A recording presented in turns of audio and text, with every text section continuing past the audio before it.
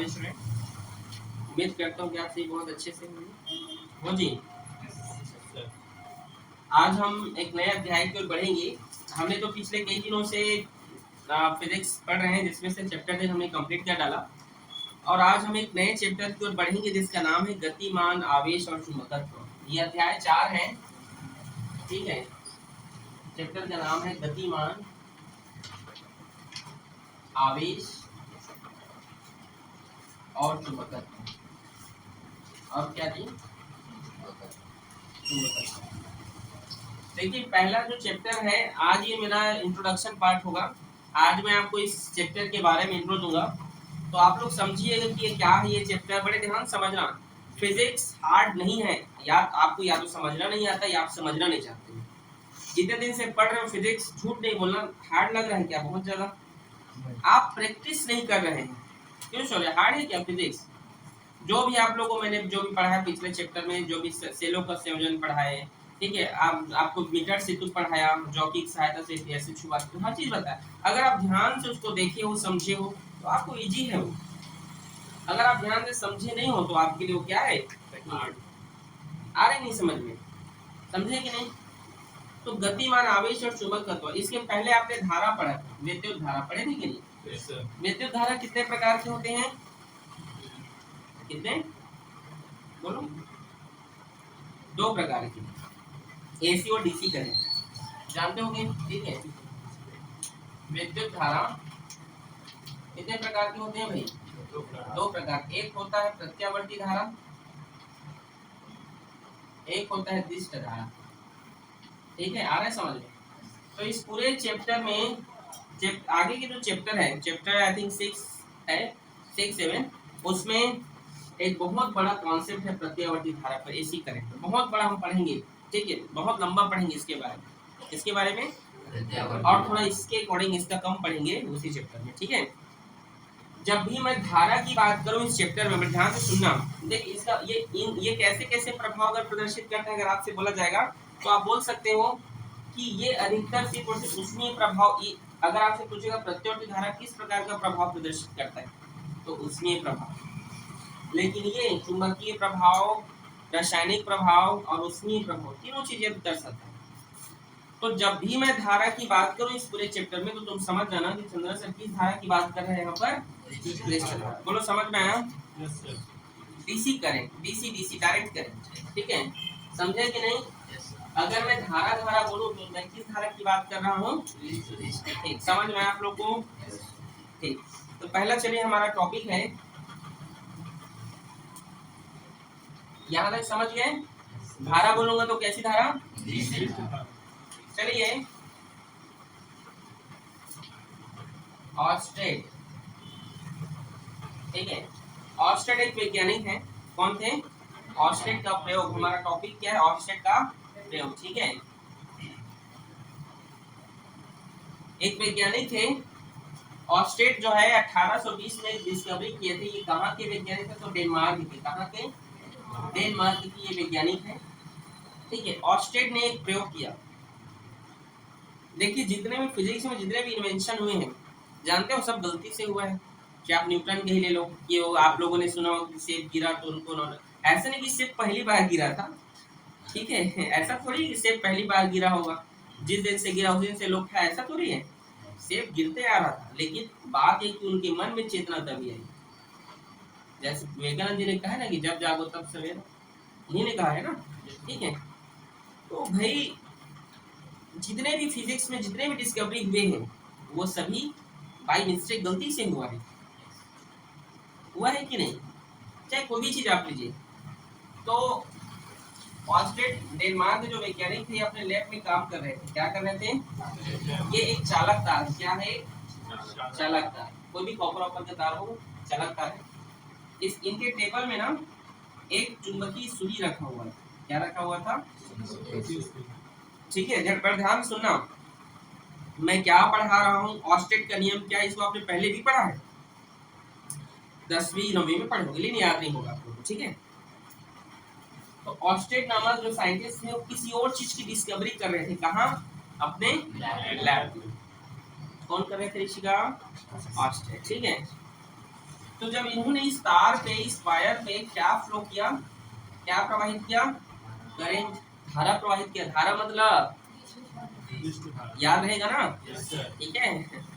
ठीक है, तो जब उन्होंने उस कॉपर वायर पर करंट फ्लो किया, जब धारा को प्रवाहित किया, तो उन्होंने क्या पाया कि उस टेबल में रखा, तो वो दूसरा चीज का डिस्कवरी कर दी। मैं हर बोल रहा हूँ, ध्यान सुनना, ठीक है। उन्होंने देखा कि उनके पास जो चुंबकीय सुई जो रखी हुई है उसमें विक्षेप होने लगा। क्या होने लगा? विक्षेप। समझ, उसमें परिवर्तन होने लगा, हिलने लगा। कौन हिलने लगा? अब भैया वो सोचे कि ऐसा क्या हो रहा है कि मैं जो है यहाँ पे करंट फ्लो कर रहा हूँ तार पे, लेकिन इफेक्ट इसमें हो रहा है। क्या हो रहा है वह वो ध्यान से सोचे, और उन्होंने एक स्टेटमेंट दिया। क्या दिया? उन्हें पता चल गया। क्या पता चला? कि किसी भी तार में करंट फ्लो करने से उसके चारों तरफ चुंबकीय क्षेत्र उत्पन्न हो जाता है। ये गलती से पूछा गया, ठीक है। खोज कुछ और रहते और खोज कुछ और डाल दिया। आया कि नहीं समझ में? अब समझ आया। इसीलिए हर एक वायर के चारों तरफ मैग्नेटिक फील्ड होता है, इसीलिए तो समझ गए ना, खींच लेता है, ठीक है। चुंबक का प्रभाव होता है। समझे नहीं मैं क्या बोल रहा हूँ आपको? आ रहा है ना बेटा समझ में? एक चुंबक है, और चुंबक के पास में तुम उस चुंबक के चारों तरफ एक फील्ड रहेगा, उसके एरिया रहेगा अपना। तो कोई भी तुम जैसे कील लाओगे, ठीक है, तो उसको खींच लेगा कि नहीं जी? नहीं खींचेगा? खींचेगा ना। तो यही चीज वो जो है उस तार पे जैसी करंट रोकी है, तो कौन हिलने लगा? चुंबकीय सुई। तो उन्होंने क्या स्टेटमेंट दिया कि किसी चालक तार पर धारा प्रवाहित करने पर, धारा समझ गए ना, किसी चालक तार पर धारा प्रवाहित करने पर उस चालक तार के चारों तरफ क्या उत्पन्न हो जाता है? चुंबकीय क्षेत्र। बोलो कठिन है? याद हो जाएगा। ये किसने दिया? बस इतना बोल के छोड़ दिए, और कुछ नहीं बताया। समय बढ़ता है, ये स्टेटमेंट दी और 100% काम आया उनका। लेकिन बात यहीं पर नहीं रुका।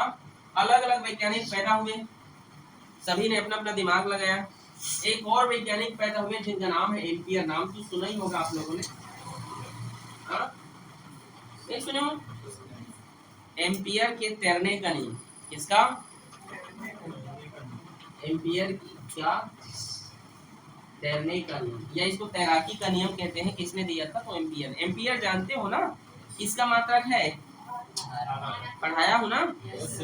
तो एम्पियर के तैरने का नियम, ठीक है। तो देखिए, ये यहाँ पर इस तरीके से हम, ये क्या एक प्रकार की चालक हमने रखा है, और इस पर हम धारा फ्लो करेंगे, ठीक है। और यहाँ पर क्या रखा गया है? एक चुंबकीय सुई रखा गया है, ठीक है जी, ठीक है। देखिए, ऑस्टेड ने तो सिर्फ इतना बोल दिया था कि किसी भी तार पर करंट फ्लो करने से उसके चारों तरफ क्या होता है? लेकिन उन्होंने ये नहीं बताया कि उस चुंबक की दिशा किधर होती है। भाई उसमें दो ध्रुव होते हैं, north and pole, sorry north and south, ठीक है, नॉर्थ पोल साउथ पोल। तो उसकी दिशा किधर होती है? उसकी दिशा भी तो होनी चाहिए ना, कि धारा की दिशा, चुंबक की दिशा किस ओर है, होनी चाहिए कि नहीं? बताइए।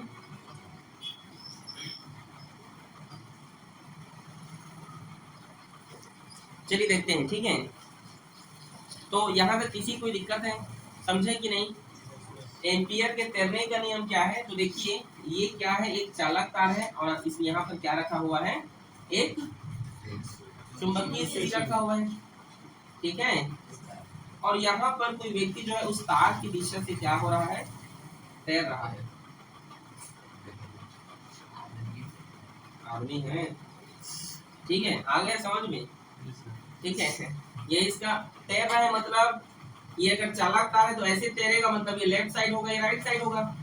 होगा ना। चालक तार की मुख की ओर तैरेगा तो ऐसे होगा ना भाई, वो चालक तार की ओर करेगा तो लेफ्ट साइड या राइट साइड होगा, ठीक है। तो ये क्या है?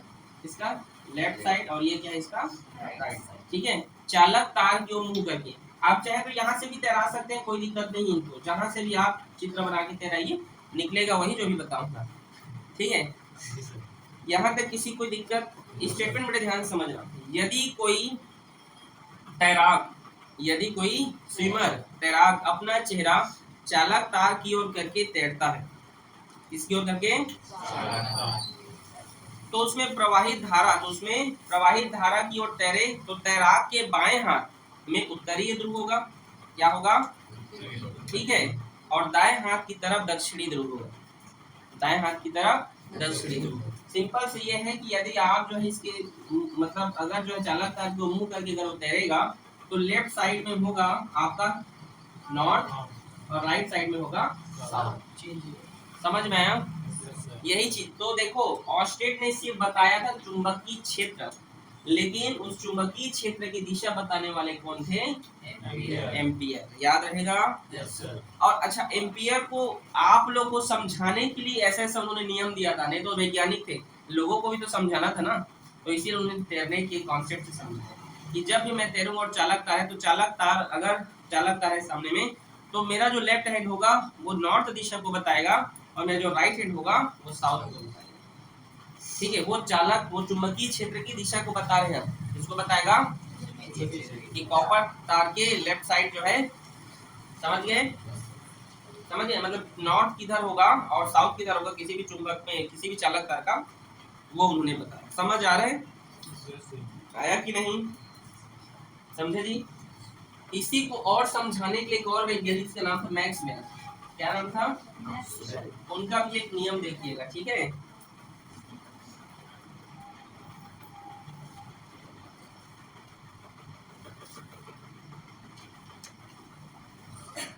ठीक है, चलिए देखते हैं मैक्सवेल का नियम। किसका जी? मैक्सवेल।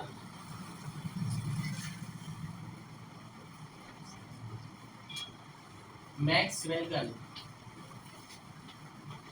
ठीक है, मैक्सवेल का नियम क्या है? ठीक है, यहाँ तक दोनों समझ में आया आप लोगों को? पहले ध्यान से सुन लीजिए। ठीक है, बोलो दोनों समझ में आया कि नहीं? आया जी? एम्पियर फिर बता। एम्पियर ने कहा कि अगर किसी चालक तार की ओर जो है मुंह करके तैरा जाए तो उस तैराकी का जो लेफ्ट साइड होगा उधर उस चुंबकीय क्षेत्र का नॉर्थ डायरेक्शन होगा और उसके राइट में साउथ होगा। समझे कि नहीं? मतलब चुंबकीय क्षेत्र की दिशा बताए। क्या बताए? चुंबकीय क्षेत्र की दिशा। ठीक है, मैक्सवेल ने भी एक नियम दिया जिसको राइट हैंडेड स्क्रू कहते हैं। क्या कहते हैं? Right handed screw. ठीक है, राइट हैंड साइड मत बोल देना यार।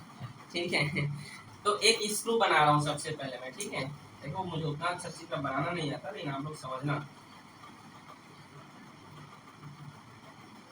ये स्क्रू है सपोज दैट, मान लो। ठीक है, अब बोलना मैं सर दिख नहीं रहा है स्क्रू जैसे, समझ रहे हैं? ये स्क्रू है। ठीक है, आप जानते हैं राइट हैंडेड मतलब स्क्रू मतलब जानते हो जो कसा जाता है। जैसे ये जो मैं मार्कर रखा हूँ, ये कौन सी साइड से खुलता है? क्या ऐसे घुमाऊंगा तो खुलेगा? हाँ, लेकिन कई ऐसे स्क्रू जो ऐसे में कसाता है। सही की गलत जी? लेकिन ये उल्टा काम करता है ये। ठीक है, ये देखो, इसको ऐसे पकड़ूंगा तो ये खुलेगा, लेकिन अधिकतर आपने देखा होगा मतलब इसको पकड़ के इसको उल्टा घुमाना पड़ता है ऐसे। नहीं समझे? कसना होगा तो ऐसे कसना है इसको। समझ आ रहा है मैं क्या बोल रहा हूँ? मार्कर देखे हो ना? क्या पता था ये मार्कर उल्टा घूमता है? नहीं, जैसे तुम साइकिल का नटवर्क कसते हो तो ऐसे कसते हो। तो ऐसे करूंगा तो ये निकल रहे कि नहीं, और ऐसे कर रहा हूँ तो ये कसा रहा है। साइकिल का देखो, साइकिल का स्क्रू उल्टा होता है। ये सभी चीजें मतलब स्क्रू कई प्रकार के होते हैं, मैं बोलना चाहता हूँ। लेफ्ट तरीके से भी कस आता है और कई राइट तरीके से भी कस आता है। ठीक है, कई बार क्या करते हैं कोई व्यक्ति उसको राइट में ही ऐसे कसते रहता है जिससे वो जो है उसको लगता है कि वो जो है कसा रहे, लेकिन निकल जाता है। पता है कि नहीं? नहीं समझे? जैसे इसको जो है मैं, इसको मुझे निकालना है तो मैं इसको राइट घुमाऊंगा कि लेफ्ट घुमाऊंगा? हाँ बताओ जी, इसको किधर घुमाऊंगा मैं? इसका डायरेक्शन देखो, इधर दिया है। क्या लिखा है यहाँ पे? कि टर्न टू ओपन, ऐसे करके, मतलब उसको इस तरीके से मुझे ऐसे हाथ को ऐसे घुमाना है तो निकलेगा नहीं। लेकिन कई जो चीज ऐसे में कसाता है भाई, ऐसी में कसते हो जी नटवर्क को तुम लोग, ऐसी तो कसते हो ना। देखो कसना है तो, लेकिन ऐसी में तो देखो ओपन हो रहा है, हो रहा है कि नहीं? समझ रहे हो मैं क्या कहना चाहता हूँ? साइकिल का जो वो देखना क्या बोलते हैं उसको, ठीक है, जो स्क्रू आप होता है उसमें वो भी जो है अलग तरीके से कस आता है उसमें, यही उल्टा। नट वट को देखो, किसी का कूलर का कसते हैं तो ऐसे कसते हैं, नहीं देखो इसको खोलने में उल्टा खोल। समझ रहे हो मैं क्या कहना चाहता हूँ आप लोग को? तो राइट हैंडेड स्क्रू क्या है? अगर ये जो है स्क्रू है, क्या है ये स्क्रू, समझना, ठीक है, ये स्क्रू, ठीक है। तो ये इसकी धारा है, क्या है ये इसकी धारा, क्या है ये इसकी धारा है।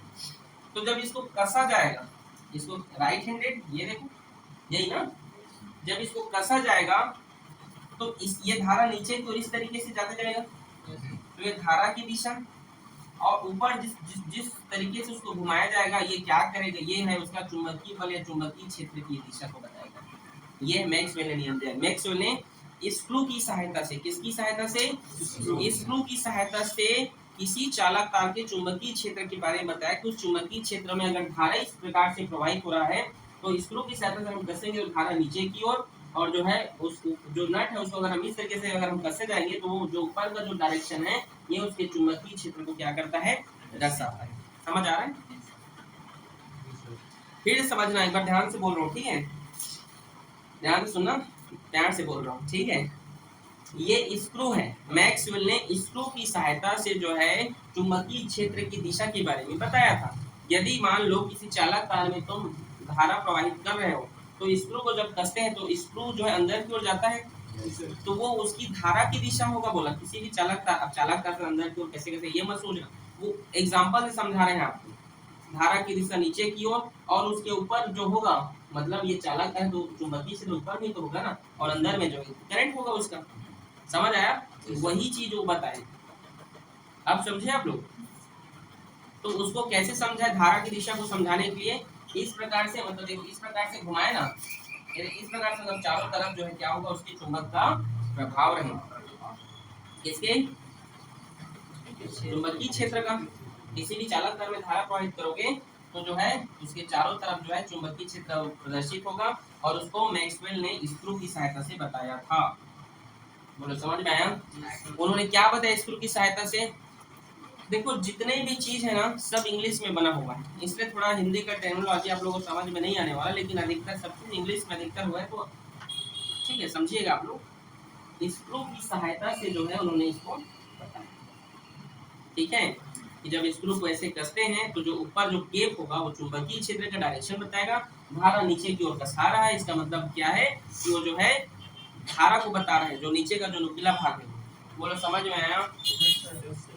ठीक है। यदि किसी दक्षिणवर्ती पेच को इस प्रकार घुमाया जाए कि स्क्रू के गति की दिशा, स्क्रू के गति की दिशा, ठीक है, धारा की दिशा, स्क्रू के गति की दिशा धारा की दिशा, तो स्क्रू के घुमाने की दिशा चुंबकीय क्षेत्र की दिशा कहलाती है। समझ में आ गया ना? कि स्क्रू को घुमाने की दिशा चुंबकीय क्षेत्र, और धारा जो है क्या है, गति, धारा गति, सॉरी स्क्रू गति कर रहा है, नीचे जा रहा है, तो वो क्या है, धारा की दिशा को बताए। समझ में आया कि नहीं? बस ऐसे जो मुंह में बोल रहा हूँ। इसी पर एक और बना है दाएं हाथ के पकड़ने का नियम, जिसको आप लोग पढ़े होंगे, ठीक है, दाएं हाथ के पकड़ने का नियम, दाएं हाथ के पकड़ने का नियम, ठीक है। दाएं हाथ जानते हो ना किसको कहते हैं? ठीक है, इसको मिटा लो, एम्पियर वाला ना। कई बच्चे तो दाया बाया नहीं जानते हैं भाई, मजाक नहीं है, अभी भी कई लोग नहीं जानते हो। कोई जानता है यहाँ दाया बाया क्या है? बोलो जी, शौर्या बोलो। चलिए चलिए देखते हैं, यहाँ पे लेफ्ट को क्या बोलते हैं? बायां, ठीक है, पता है ना? ठीक, वेरी गुड। तो दाएं हाथ के पकड़ने का नियम, चलिए ये अंगूठा है, समझो, देखो बता रहा हूँ।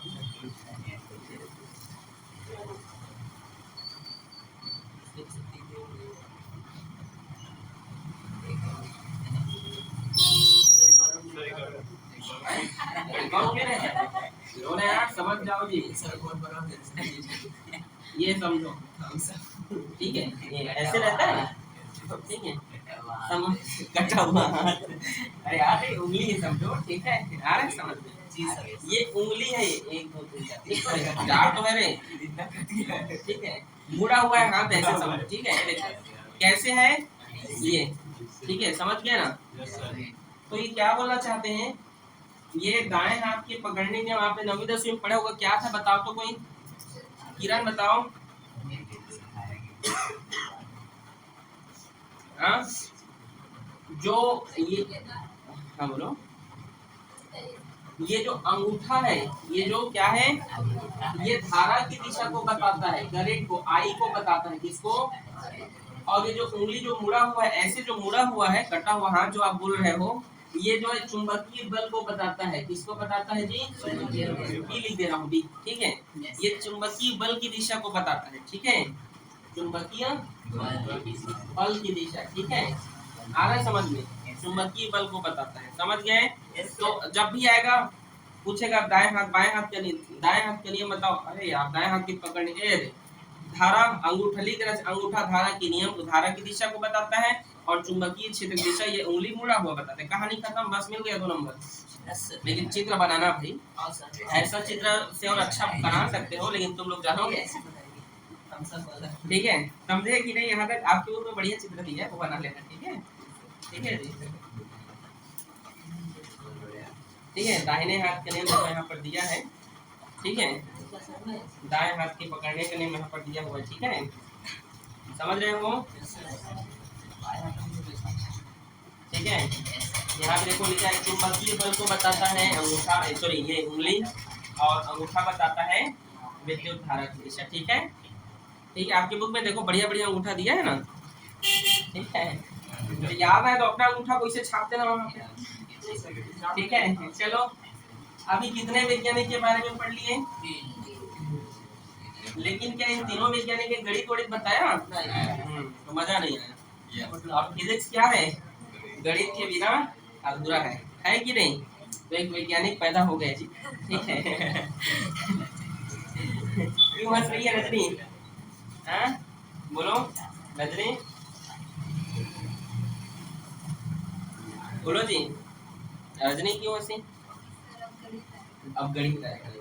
फ्रांस के एक वैज्ञानिक थे, ठीक है, कहाँ के, ठीक है, जिनका नाम था बायो और सेवर्ट, जो एक साथ बायो सेवर्ट कहलाता है, क्या कहलाता है, कहाँ के वैज्ञानिक थे, 1820 में इन्होंने एक नियम दिया था, ठीक है, ठीक है, फ्रांस के 2 वैज्ञानिक बायो और, या इसको लाप्लास का भी नियम कहते हैं, पेपर में लाप्लास लो लिखो, या लाप्लास का नियम लिखो, ये आता है, बायो सेवर्ट नहीं आता, तो आपको लाप्लास लिखते, ठीक है, अच्छा लिख दो लाप्लास का नियम, ठीक है, आपके परीक्षा में यही सब लिखाएगा, बायो सेवर्ट नहीं लिखा था, देखकर यह लिखाएगा क्या, लाप्लास का नियम बताइए, ठीक है, लाप्लास का नियम, ठीक है, ठीक है, तो याद रहेगा, ठीक है, ठीक है, तो लाप्लास का नियम क्या है, बायो सेवर्ट का नियम, ठीक है, तो जितने भी वैज्ञानिक दिए उन सभी ने थियोरिकल मुंह से बोले, कोई हाथ बता रहा है, कोई तार बता रहा है, कोई स्क्रू बता रहा है, लेकिन किसी ने अभी तक गणित बताया, और फिजिक्स और गणित का गहरा संबंध है कि नहीं, बाप बेटा है दोनों सुन, ठीक है, और दोनों जो है बिना गणित के फिजिक्स अधूरा है, तो फिजिक्स चाहिए कि नहीं, डेरिवेशन, तो बायो सेवर्ट ने जो है मैथमेटिकल टर्म्स दिए, गणितीय व्याख्या किया, उन्होंने गणित की सहायता से जो है करंट और चुंबक को बताया, धारा और चुंबक को, कि गणित की सहायता से आप बताइए, और उन्हीं का नियम जो ऐसा कहीं जगह पे नहीं है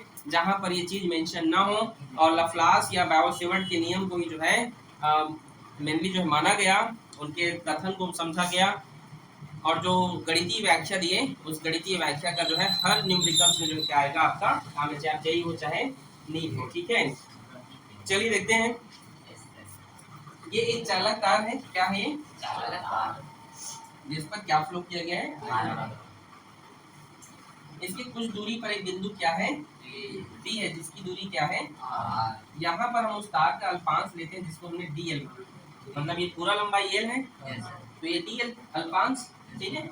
और इसको हमने क्या मान लिया, एक यहाँ पर जो कोण बन रहा है उसको हमने थीटा मान लिया, ठीक है।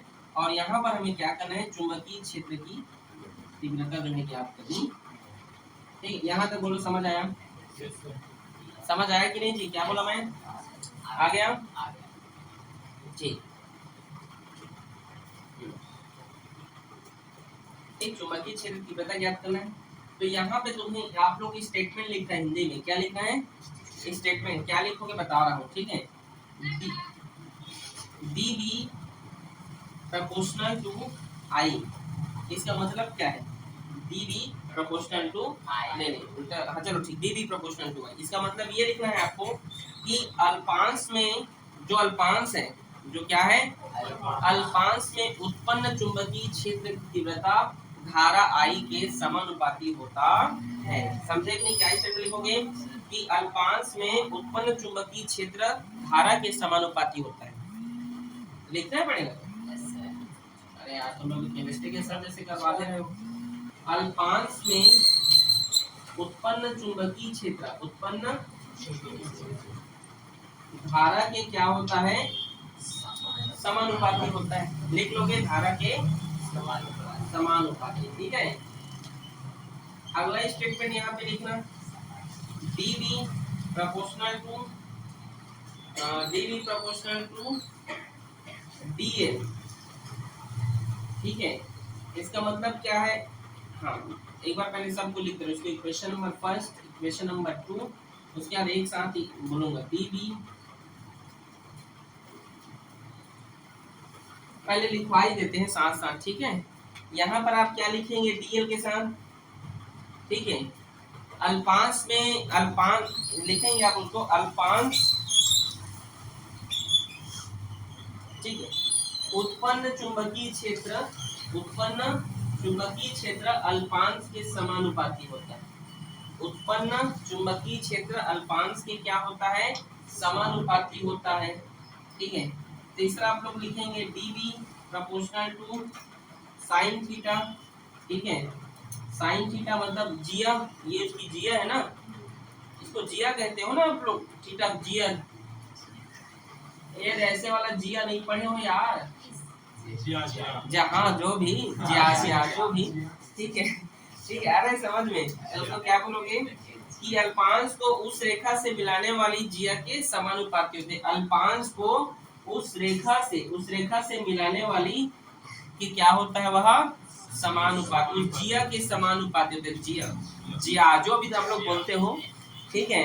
अरे समझ में, अल्पांश को उस रेखा से मिलाने वाली जिया के समानुपाती होता है, समीकरण लिख लोगे। ये पूरा स्टेटमेंट जो मैं बोल रहा हूँ, चौथा statement dB proportional to 1/r², equation number 4, अल्पांश और चुंबकीय क्षेत्र के बीच की दूरी के वर्ग के व्युत्क्रमानुपाती होता है। समझ गए हैं?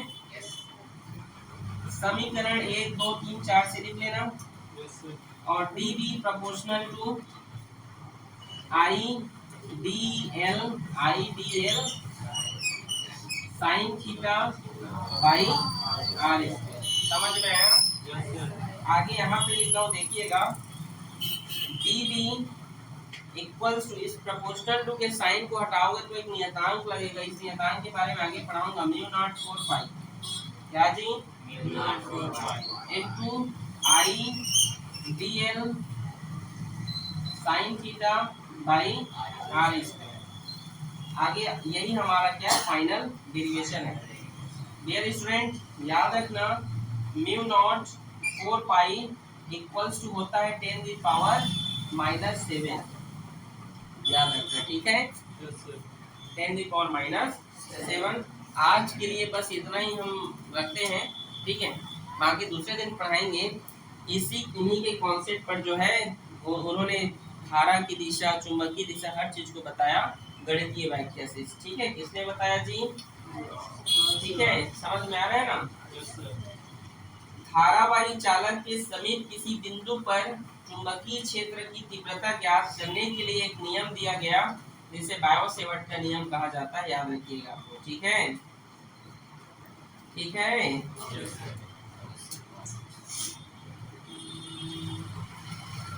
ऐसे कुछ पूछना है?